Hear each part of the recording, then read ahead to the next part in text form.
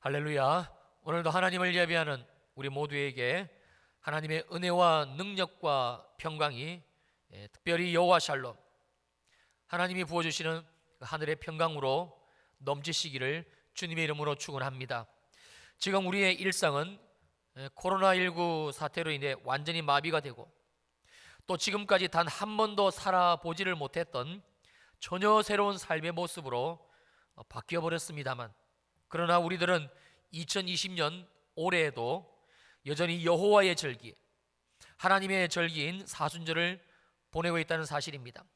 그래서 오늘이 이 사순절 가운데 하나인 종려주일이 되는 것이고, 또 다음 주간은 사순절의 하이라이트이자 마지막을 장식할 고난주간이 시작되며, 그리고 마지막 부활절이 주어지게 됩니다. 바이러스 확산을 막기 위해 사회적 거리두기가 무슨 하나의 절대적인 법칙처럼 적용이 되어지고, 그래서 한국 교회가 주일에 이렇게 교회당에 모여서 하나님께 예배드리는 것이 마치 무슨 사회적 악을 행하는 것처럼 비춰지고 있습니다. 거기에다가 설상가상 사회의 눈초리에 완전히 겁을 먹고 위축되어 버린 한국 교회의 상황이 되다 보니, 하나님이 주신 이 사순절을 기억하며 또 지킨다는 것이 오히려 신경 쓸 수도 없고 또 불가능한 것처럼 되어버렸습니다. 결론부터 말씀을 드리자면 아닙니다. 왜냐하면 하나님의 말씀, 즉 하나님의 법은 상황에 따라 해석이나 적용이 달라질 수 없는, 그래서 절대적이고도 무호한 말씀이자 법이기 때문인 것이며, 또한 하나님의 말씀, 하나님의 법은 세상 그 어떤 가치나 기준에도 전혀 영향을 받지 않는 최상위의 말씀이자 법이기 때문에 그렇습니다. 그러므로 우리가 반드시 알아야만 될 절대적인 하나의 진리가 있습니다. 비록 지금 우리 눈에 보이는 상황이 코로나19 사태로 확진자가 계속 생겨나고, 그로 인해 사망자도 증가하고 있으며, 그리고 이 여파로 경제가 심각하게 어려워지고 있는 것이 사실입니다. 그래서 이 모든 영향을 받을 수밖에 없어 우리의 삶이 무너져 있고, 또 앞으로도 얼마나 더 무너질지 기약이 없는 사면초가와 같은 상황인 건 역시 틀림없는 사실입니다. 그러나 그럼에도 불구하고 이 모든 상황 위에 계신 우리 주님의 은혜, 즉 사순절에 부어주시는 놀라운 하늘의 은혜와 평강, 특별히 십자가의 죽으심과 부활이라는 놀랍고도 절대적인 이 은혜의 역사는, 여러분, 이 2020년 이 코로나 사태라는 비참한 상황 속에서도 변함없이 놀랍도록 부어지고 있다라는 진리를 우리는 잊지 말아야 할 것입니다. 우리가 인지하든 우리가 그렇지 못하든 지금 우리는 하나님의 이 놀라운 은혜의 때를 살아가고 있습니다. 어느 누가 하나님이 하시는 일을 막을 수가 있겠습니까? 어떤 존재가, 어떤 상황이, 코로나19 사태가 감히 하나님이 택하신 하나님의 백성들에게 하나님이 직접 부어주시는 이 은혜를 차단하고 약화시키고 그리고 멈추게 할 수가 있다는 말입니까? 없습니다. 그러므로 지금 2020년 사순절 기간은 기억해야 합니다. 은혜의 시간이고, 또 하나님이 그 크신 능력으로 하나님의 사랑하는 그 주의 백성들에게, 성도들에게 덮어주고 계시는 때임을 우리는 분명히 알아야만 할 것입니다. 그러면 분명 여러분들 가운데 어떤 분은 이런 질문을 하실 것입니다. 목사님, 그렇다면 정말 지금이 하나님이 사순절에 부어주시는 그 십자가의 은혜의 시즌이라면 하나님은 왜 이 코로나19 사태를 멈추게 하시지를 않는 겁니까? 온 지구가 이렇게 아파하고 힘들어하고, 더욱이 하나님의 몸된 교회가 핍박을 받고 있지를 않습니까? 성도들이 두려워하고 성도들이 탄식하는 거 하나님은 모르시는 겁니까? 하나님이 정말 살아 계신다면 하나님이 정말 은혜를 주시는 것이 맞다면, 그렇다면 코로나로부터 우리를 건져 주셔야 되는 것, 그게 맞는 것 아닙니까? 사랑하는 성도님들, 여러분들은 어떻게 생각하십니까? 아니, 혹 여러분들은 지금 바로 이 생각을 혹시 하고 있지는 않으신지요? 요한삼서 1장 1절과 2절 말씀입니다.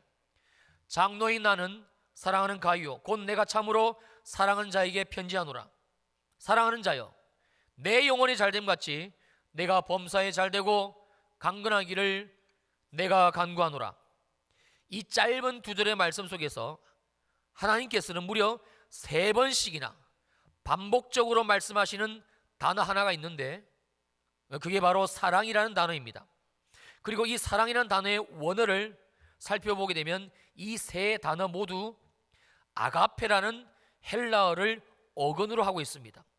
그러니까 요한삼서 1장 1절과 2절에서 3번씩 사용되고 있는 이 사랑이라는 단어는 모두 다 아가페, 즉 신적인 사랑, 즉 신만이 할 수 있는 사랑, 즉 오직 유일하게 우리 여호와 하나님만이 하실 수가 있는 사랑을 말씀하고 있는 겁니다.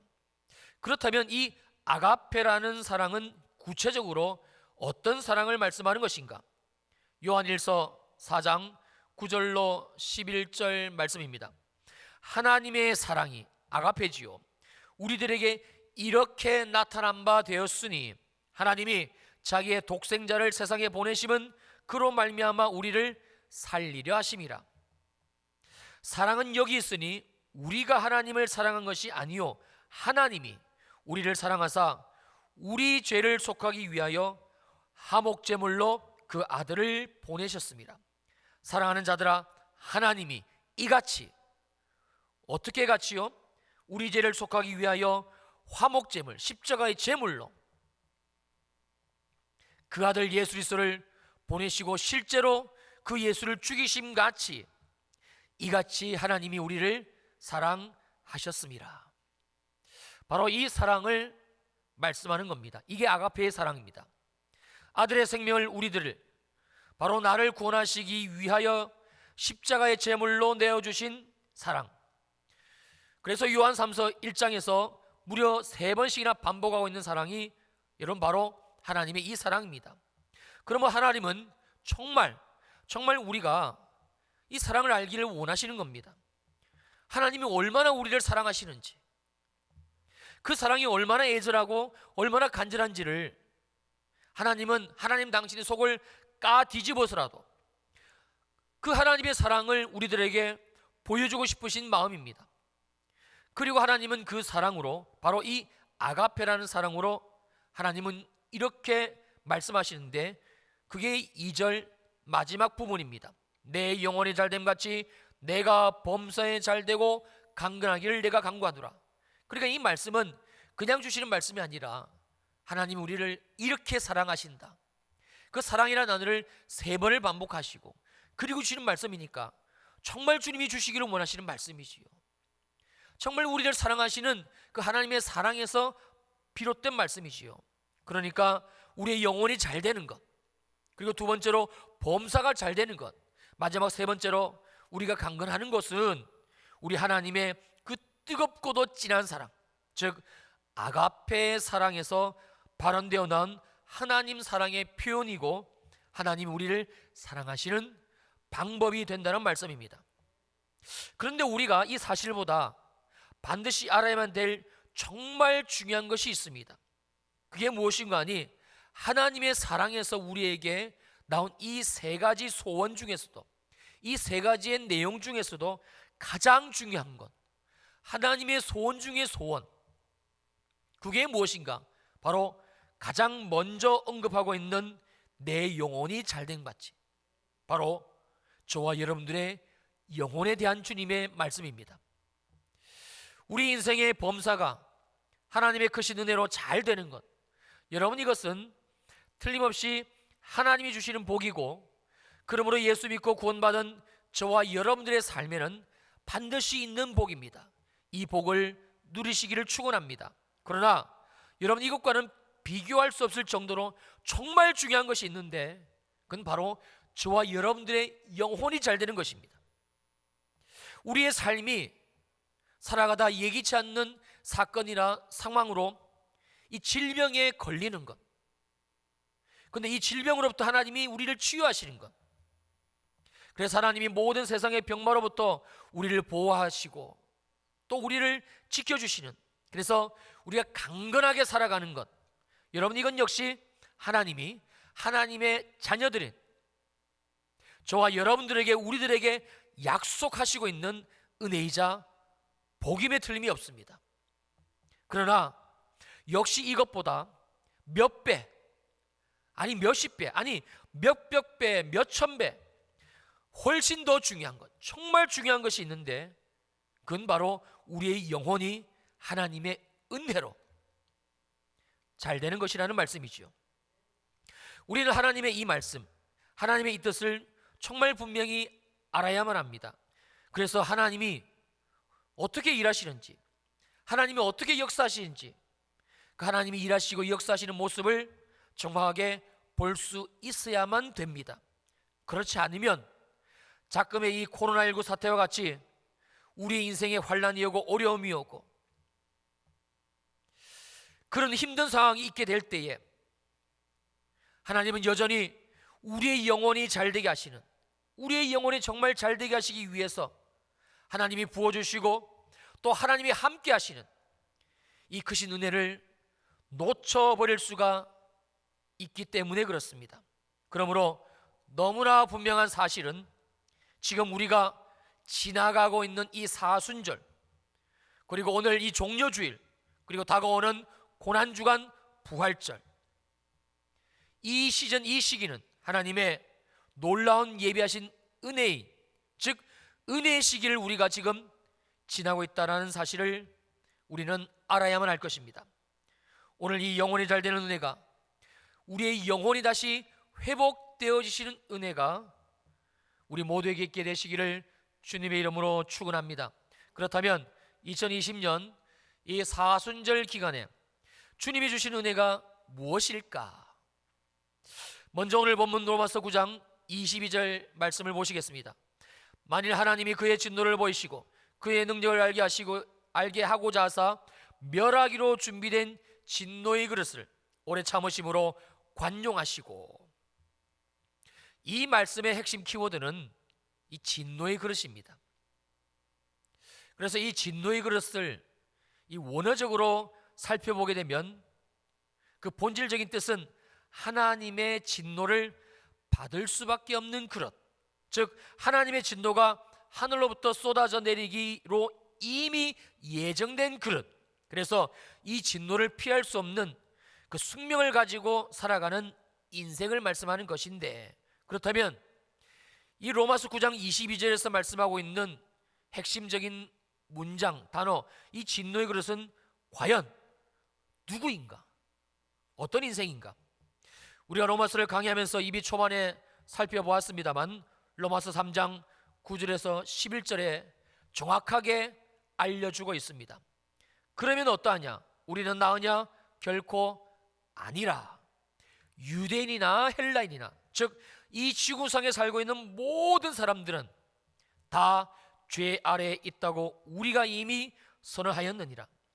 기록된 바 의는 없나니 하나도 없으며, 바로 저와 여러분들, 우리를 말씀하는 내용입니다. 우리를 모두가 이 죄 아래에 있는 자들, 즉 하나님께서 진노를 쏟아내실 수밖에 없는 진노의 그릇이라는 말씀입니다. 여러분, 더 충격적인 사실은요, 이 진노의 그릇인 우리들을 향한 주님의 확정된 말씀인데, 다시 로마서 9장 22절입니다. 만일 하나님이 그의 진노를 보이시고, 즉 우리 인생에 단순한 진노의 그릇이 아니라, 우리 인생의 단순한 진노의 그릇이 아니라 하나님이 진노를 보이시기로 이미 결정된 그 진노의 그릇이라는 말씀인 것이고, 그리고 하반절입니다. 그의 능력을 알게 하고자 하사 멸하기로 준비된 진노의 그릇을, 또한 진노의 그릇인 우리는 하나님이 이미 멸하시기로, 즉 죽여버리시기로 우리 인생을 끝장내 버리시기로 준비하신, 그래서 절대 벗어날 수 없는, 결코 벗어날 수 없는 이 진노의 그릇, 바로 우리 인생이라는 말씀입니다. 정말 두렵고도 떨리는 말씀이지요. 그런데 오늘 말씀은 우리 인생이 이러한 진노의 그릇이라는 말씀, 이미 확정한 것이라는 주님의 말씀에서 끝나는 것이 아니라 이러한 진노의 그릇인 우리의 인생을 향해서 하나님이 마지막으로 펼치고 계시는 놀라운 반전입니다. 22절 말씀의 마지막 부분인데요, 만일 하나님이 그의 진노를 보이시고 그의 능력을 알게 하고자 하사 멸하기로 준비된 진노의 그릇을, 그리고 그 다음입니다, 오래 참으심으로 관용하시고, 한마디로 하나님의 우리를 향하신 은혜를 말씀하고 있는 것이지요. 하나님이 진노를 보이시기로 작정된 진노의 그릇, 그래서 반드시 멸하시기로 준비된 진노의 그릇, 그러한 우리의 인생을 주님은 은혜를 베푸셨는데, 그것이 어떤 은혜인가? 바로 오래 참으심으로 관용하셨다, 즉 너그럽게 우리의 삶에 대해 주셨다 라는 말씀입니다. 사랑하는 성도님들, 주님이 2020년도 이 사순절 기간에 우리들 모두에게 부어주시기를 원하시는 은혜는 바로 이 은혜입니다. 바로 이 은혜입니다. 누리고 계시는지요? 아니, 누리지는 못한다 하더라도 예수 믿고 구원받은 나에게 하나님이 이 은혜를 허락하셨다는 사실을 혹시 알고는 계시는지요?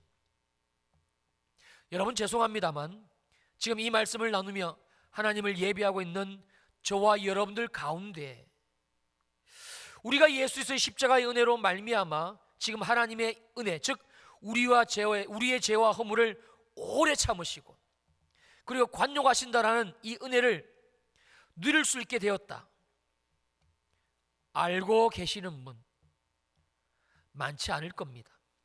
여기에다가 이 하나님의 사랑, 이 하나님의 은혜를 목사님, 지금 나는 나의 삶에서 누리고 있어요, 그렇게 확신 있게 얘기할 수 있는 분 정말이지 몇 분 안 될 겁니다. 여러분들을 무시해서가 아니라 아마 거의 제 추측이 맞을 겁니다. 마태복음 7장 13절과 14절 말씀입니다. 좁은 문으로 들어가라. 멸망으로 인도하는 문은 크고 그 길이 넓어 그리로 들어가는 자가 많고, 생명으로 인도하는 문은 좁고 길이 협착하여 찾는 자가 적음이라. 여러분, 13절에서 언급하고 있는 이 좁은 문은 예수 그리스도로 말미암아 들어가는 구원의 문을 비유하는 단어로 14절의 표현을 빌리자면 바로 생명으로 인도하는 문, 즉 영생으로 인도하는 문입니다. 그런데 왜 주님은 굳이 이 구원의 문, 이 생명의 문을 좁은 문이라고 비유하셨을까요? 그리고 또 한 가지, 주님은 이 좁은 문, 즉 구원의 문이자 생명으로 인도하는 문을 좁을 뿐만이 아니라 결과론적으로 이 영생의 문, 구원의 문을 찾아서 들어가는 자가 적다라고 14절에서 콕 집어서 말씀을 하고 있습니다. 왜 그런 것일까? 사랑하는 성도님들, 오늘날 우리가 지금 듣고 있는 이 복음이 들어가지 않는 나라, 복음이 들어가지 않은 민족은 없습니다. 그리고 그 나라의 말과 그 민족의 언어로 우리가 보고 있는 이 정경 66권이 번역되어 들어가지 않은 나라와 민족 역시 제가 알기로는 거의 없습니다.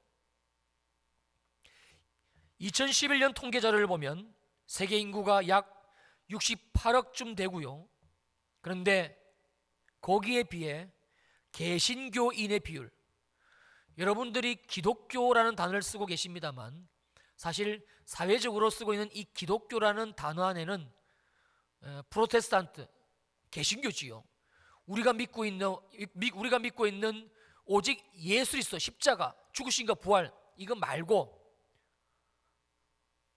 캐톨릭, 그 여타 성경을 왜곡하고 그리고 잘못 해석하고 그래도 성경을 믿고 있다고 얘기하고 있는 다른 기타 종교들까지 포함하고 있는 단어가 여러분 기독교라는 단어입니다.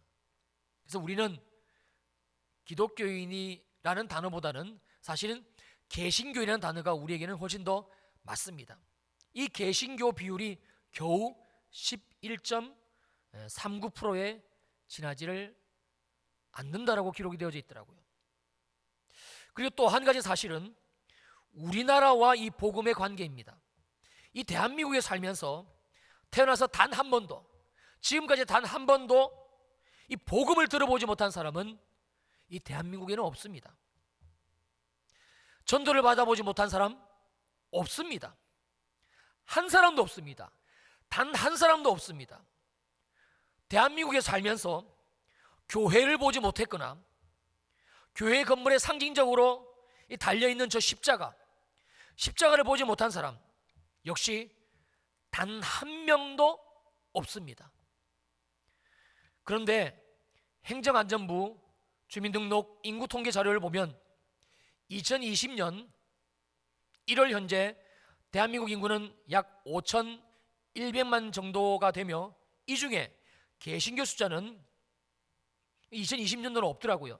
2015년 통계 자료를 보니까 전체 인구의 20%, 약 970만 명이라고 되어져 있었습니다. 5년이 지난 지금 이 숫자보다는 훨씬 많이 줄었을 겁니다.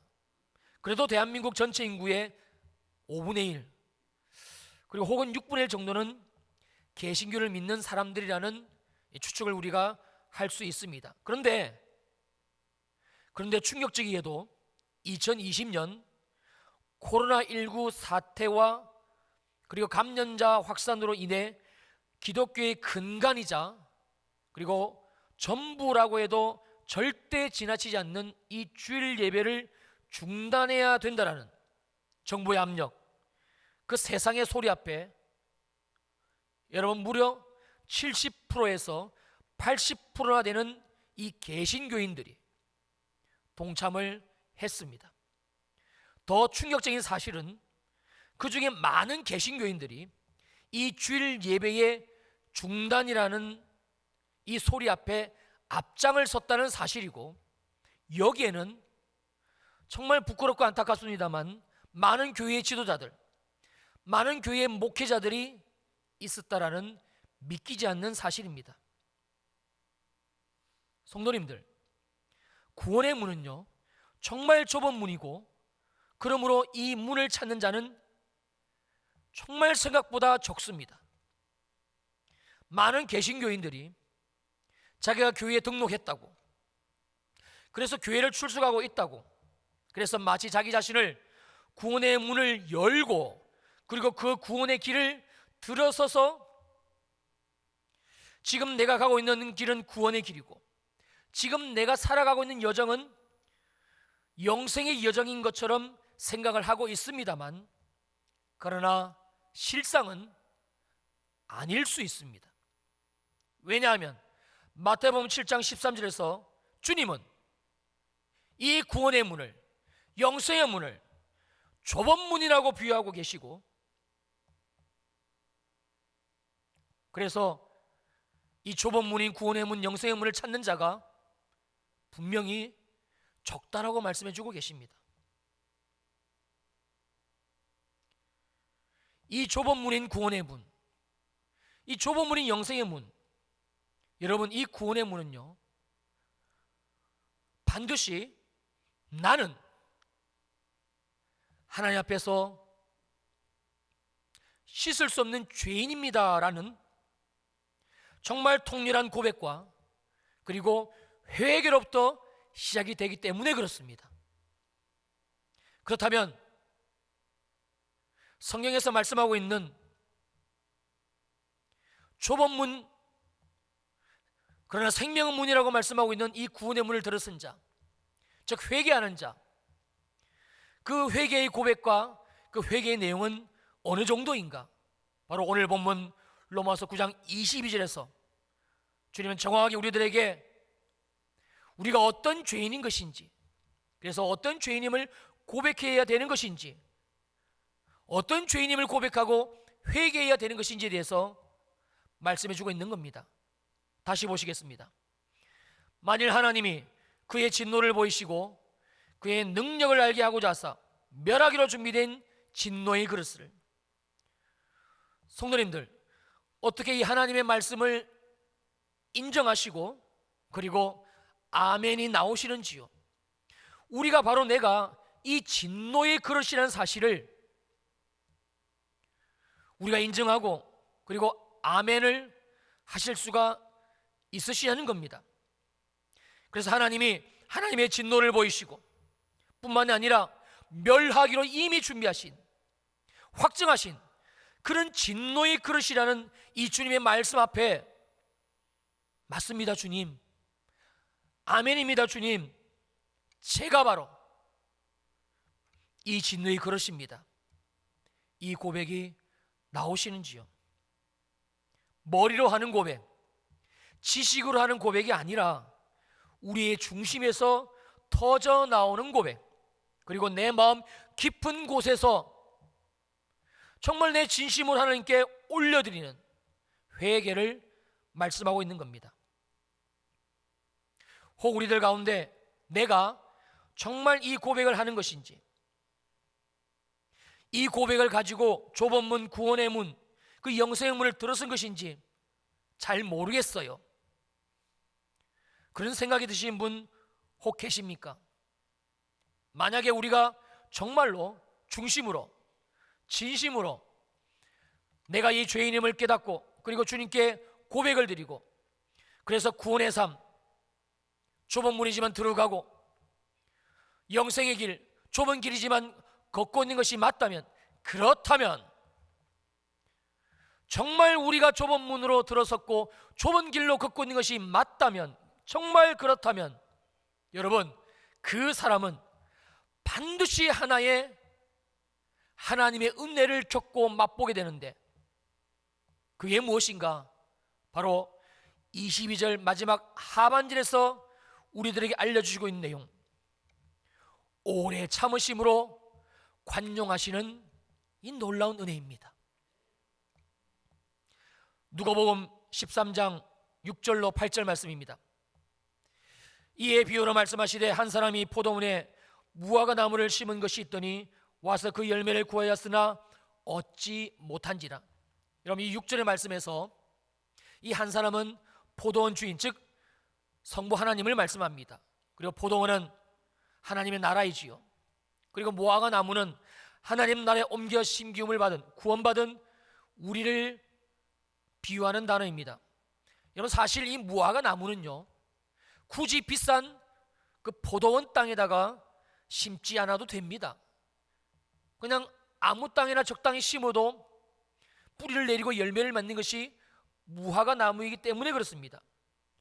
근데 하나님은 이 무화과 나무 같은 이런 우리 인생을 구원하셔가지고 하나님이 정말 귀하게 여기시는, 그리고 소중히 가꾸어 가시는 하나님의 포도원에 옮겨 심으셨다는 말씀입니다.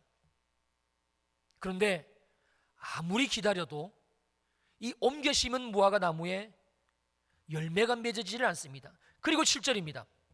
포도원지기에게 이르되 내가 3년을 와서 이 무화과 나무에서 열매를 구하되 얻지 못하니 찍어버리라. 어찌 땅만 버리게 하겠느냐. 여러분, 보통 무화과 나무는 땅에 심기운 지 3년째가 되면 열매를 맺는다고 합니다. 그러니까 이 포도원에 심긴 이 무화과 나무는 적어도 심긴 지가 3년 이상 된, 즉 한 5년에서 6년이 지난 것으로 추정이 되지요. 즉 포도원 주인은 이 무화과 나무를 포도원에 심고 무려 5년 그리고 6년을 기다린 셈입니다. 그런데 3년째가 되면 열매를 맺어야 될 무화과 나무가 1년을 더 기다리고 2년을 더 기다려 3년을 기다렸습니다만 열매를 맺지 않는 겁니다. 어찌 화가 나지 않겠습니까? 이때 들려오는 주인의 목소리, 찍어버리라. 어찌 땅만 버리게 하겠느냐. 예정된 하나님의 진노입니다. 그런데 이 하나님의 진노 앞에 우리와 같은 한 소리가 들려오고 있는데 바로 8절 말씀입니다. 대답하여 이르되 주인이여 금년에도 그대로 두소서 내가 두릅하고 그름을 주리니. 바로 포도원지기로 비유되고 있는 우리 예수님의 목소리이고 또한 임마누엘로 우리와 영원히 함께 하시는 우리 성령 하나님의 음성을 8절 말씀에서 알려주고 계시는 겁니다. 우리를 위해 십자가에서 죽으시고 그리고 부활하신, 그리고 새 생명 주신 우리 주님의 은혜를 말씀하는 것입니다. 하나님, 한 번만 더 기회를 주십시오. 제가 이 죄인 염창식을 위해서 그 죄를 대신 지고 제가 십자가에서 죽었지 않습니까? 그리고 연이어서 우리 성령 하나님이 이렇게 중보를 하십니다. 하나님, 제가 더 열심히 은혜를 주고 그리고 함께 하겠습니다. 그를 돕겠습니다. 두릅하고 걸음을 주겠습니다.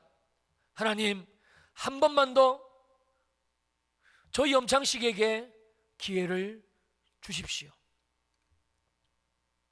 여러분, 이게 바로 하나님의 오래 참으심입니다. 이게 바로 하나님이 우리에게 베푸시는 관용의 구체적인 내용입니다. 어떻습니까? 어떠신지요? 지금 여러분들의 삶에 이 주님의 오래 참으시는 은혜, 그리고 끊임없이 관용하시는 은혜가 있으신지요? 우리가 정말 구원받은 것이 맞다면, 그 좁은 문을 들어선 것이 맞다면, 비록 좁은 문이고 좁은 길이지만 저와 여러분들이 이 생명의 문을 들어섰고 그리고 이 생명의 길을 걸어가고 있는 것이 맞다면, 그렇다면 우리들에게는 반드시 은혜가 있어야 됩니다. 그리고 그 이전에 정말 나는 주님 앞에 죄인이라는 고백이 있어야 됩니다. 그것도 그냥 그렇고 그런 죄인이라는 고백이 아니라 하나님의 진노를 받을 수밖에 없는 준비된 그릇, 그 진노의 그릇이 다른 그 어떤 사람이 아니라 바로 나라는 사실을 내 입술을 통해서 하나님께 고백할 수 있는 그 고백을 말씀하는 겁니다. 그런데 우리 하나님은 그 죄인임을 고백하고 그리고 나오는 우리들에게 징계하시고 정말 진노의 잔을 쏟아부으시고 그러지를 않으십니다. 반드시 주님은 우리 인생에 한 가지 일을 행하시는데 그게 바로 오래 참으시는 은혜, 우리 인생에 관용하시는 은혜, 그 은혜를 베풀어 주신다라는 말씀입니다. 사랑하는 성도님들, 이게 바로 구원입니다. 이게 바로 구원받은 자가 누리는 삶의 모습이지요. 자, 이제 오늘 말씀을 정리하려고 합니다. 하나님은 정말 우리를 사랑하십니다. 그리고 하나님의 이 사랑이 뚫어지게 바라보는 한 곳이 있으신데 어딘가니 바로 저와 여러분들의 영혼, 즉 우리의 구원, 우리의 영혼이 잘 되는 것, 바로 그것입니다. 우리 예수님은 우리의 영혼을 잘 되게 하시기 위해서 고난을 받으셨고 그리고 십자가에서 죽으셨습니다.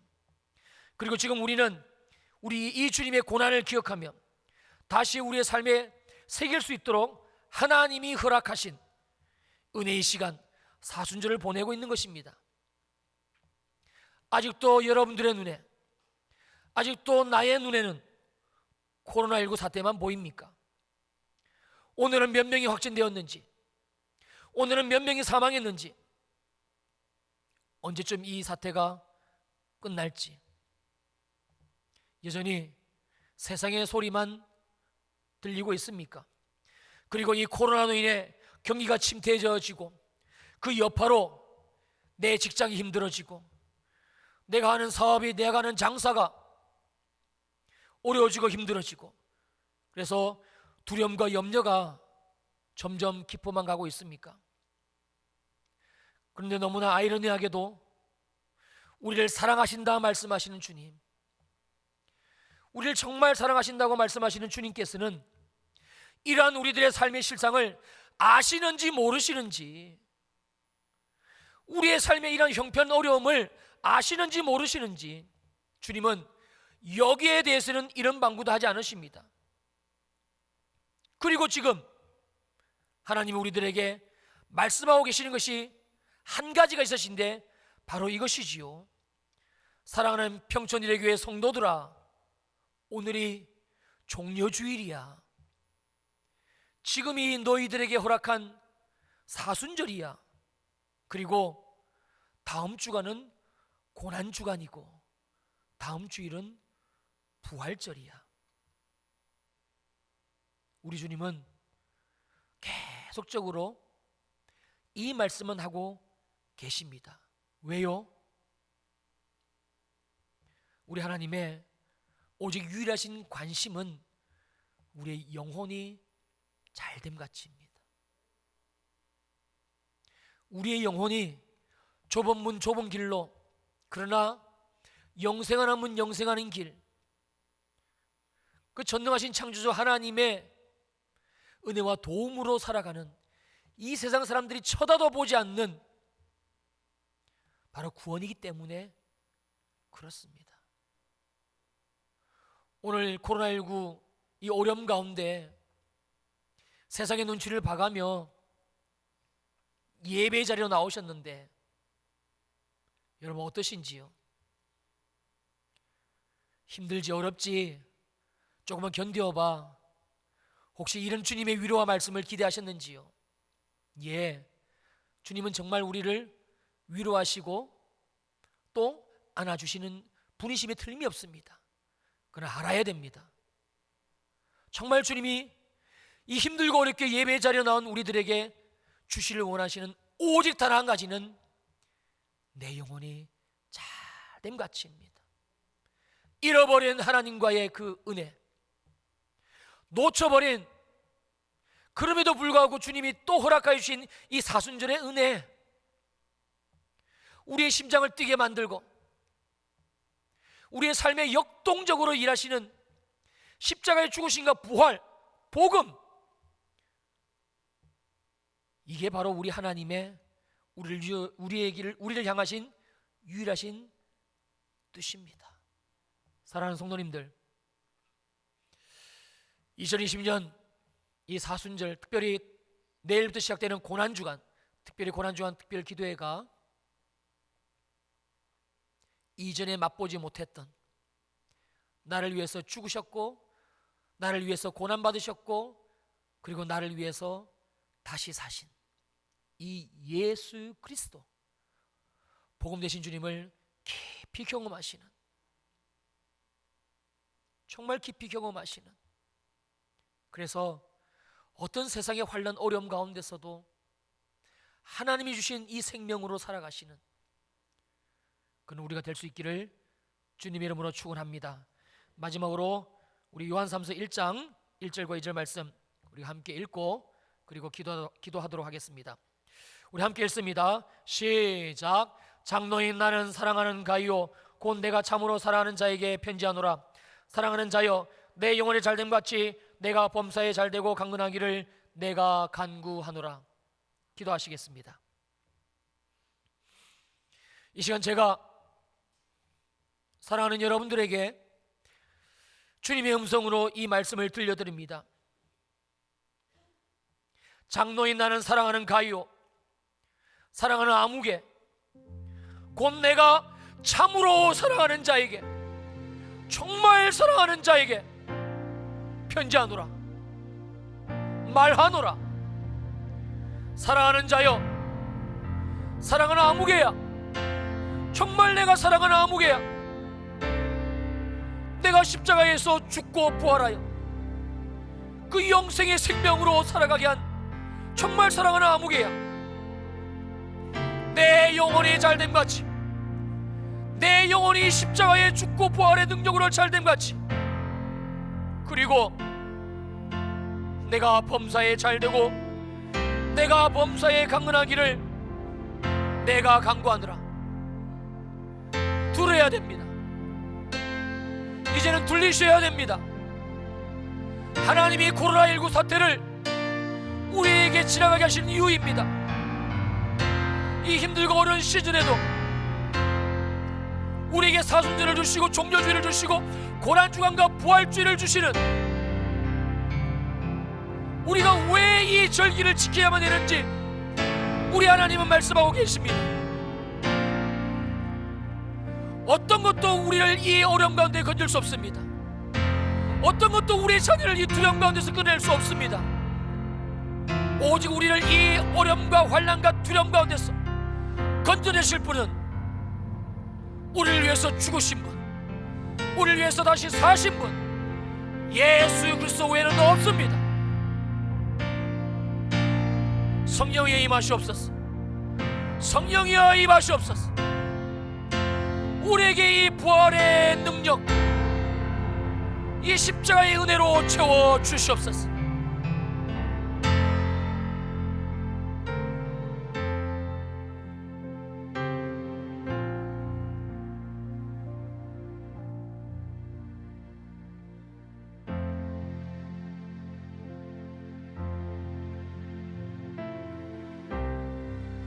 할렐루야. 주님을 찬양합니다. 주님께 감사와 영광을 올려드립니다. 여전히 우리를 기억하시고 우리를 인내하시고 인내하시고 오래 참으시고 우리의 삶을 관용하시고 우리의 믿음 없음, 여전히 죄악 가운데 허덕이고 있는 우리를 하나님 다시 은혜로 세워주시려고, 우리 영혼을 잘 되게 하시려고 우리를 이 예배 자리로 불러주셨습니다. 코로나19 사태로 전 세계가 꺼져 있는 이 상황 가운데 주님 우리를 눈동자같이 지켜보아해 주시고 우리의 생명을 보존하여 주시고 그리고 주님을 예배하게 하셨습니다. 주여, 이 주님의 뜻을 이제는 분별하게 하옵소서. 내 영혼이 잘됨같이, 내 영혼이 잘됨같이, 내 영혼이 예수의 피의 은혜로, 내 영혼이 예수의 십자가의 능력으로 잘됨같이 이제는 이 성령님의 음성, 여전히 열매 맺지 못하는 우리의 삶에 십자가로 맡고 계시는 우리 예수님의 이 중보의 은혜, 우리 성령님의 탄식 소리 듣게 하여 주옵소서. 그리고 회복하는 2020년 사순절 고난주간 부활절이 되게 하여 주옵소서. 아버지 하나님, 이제 우리가 내일부터 작정하고 기도의 자리로 나아가려고 합니다. 주여, 우리 교회를 거룩하게 보존하여 주옵소서. 코로나 바이러스가 근접조사하지 못하도록 지켜보아여 주시옵소서. 특별히 여기 모여 예배하는 주의 성도들, 백성들, 예배의 자리를 빼앗기지 않을 수 있도록, 기도의 자리를 빼앗기지 않을 수 있도록 상황을 지켜 주옵소서. 나가야 되지 않을 자리에 나가지 않도록 환경을 열어 주시옵소서.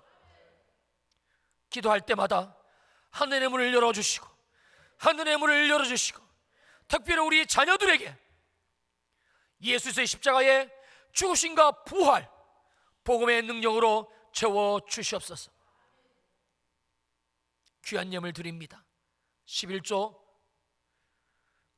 주정헌금, 감사헌금, 건축헌금, 구제헌금, 각종 예물을 주님께 올려드립니다. 어려운 때를 살아갑니다. 어렵고 힘든 경제의 때를, 경제의 어려운 시절을 살아갑니다. 주여, 주의 백성들의 그 그릇에 기름이 떨어지지 않게 하옵소서. 하늘의 만나로 채워주시는, 하늘의 만나를 먹고 하나님 앞에 예배하는 주님의 은혜로 채워 주시옵소서.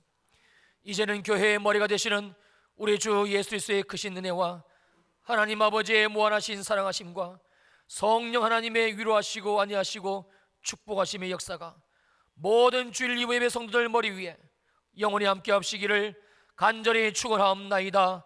아멘.